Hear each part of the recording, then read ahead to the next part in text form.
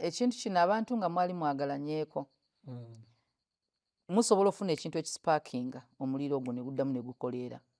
Lwaki? Musobola okukeera ku makya nga muyina emirembe n'omwami wo era ng'oli omuntu tomulaba namulaba kubanga eno oli happy. Singa mufunayo misunderstanding yonna, ekibuzo kiri nti ani gw'osooka okugamba nti tulina misunderstanding? Kwolwo olunaku stand waweereza ka message nagamba badde nkuweereza ka message kubuuza kansubira oli bulungi. Nawe n'okaza nga sina bulungi bwendi naye era nja kumalirako. I'm fair. Malaka mu fair. Nze usually omuntu bwangamba fair mugamba muddamu ne mubuuza lwaki toli fine. Ampa ensonga kati awo emboozi etandika. Sitania guno mwoyo gumanyi kye muliko, gumanyi obunafu bwo.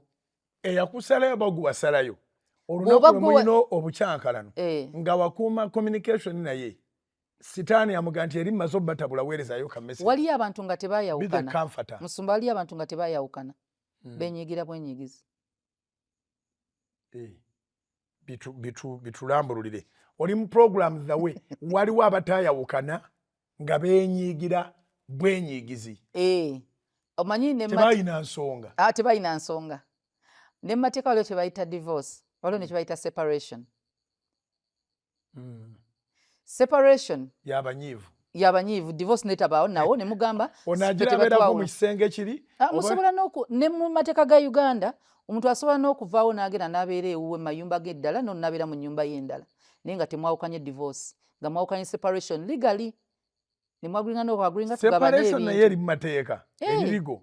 Ate n'ebbago kati eririwo lye baleese liri nnyo ku separation nti abantu buli omu asobola okuba nga ebeera sub divorce. Eringa oyinza okugamba nti omuntu ono antamye naye twakamala emyaka 60 ffenna. Genda obeere nange mbeere nti tugenda abaana baffe tusigale mu mateeka nga tukyali wamu nga bwe batuyita ku mikolo mwami n'omukyala tulabika. Nolikyo si separation si divorce. Si divorce. Kati waliyo abantu abamu nga relationship yabwe teyali divorced, teyali dissolved. Waliwo just ka separation katini yanyiiza. Kati emyaka bwe gigenda giyita kye bayita okwenyigira obusungu bukkakkana. Gye mukoma okuba nga temuli wamu. Basaka bagamba nti ebibimba bikka. Kajja bakoma obutaba wamu obusungu oba wadde omuntu time to heal akakkane. Nogende gundi bwali buto. Ne wabawo omuntu awadde omuntu obudde kumusonyiwa ye nga yamuvinga on. Nakyo gye kiri.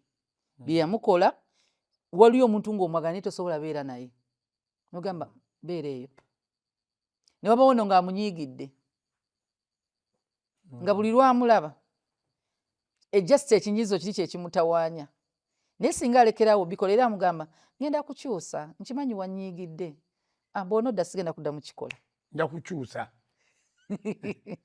Oyo kati abantu abo singa baddamu ne basisinkana ku Christmas abeenyiigira emyaka 5 egiyise obusungu bwa bwavaawo dda.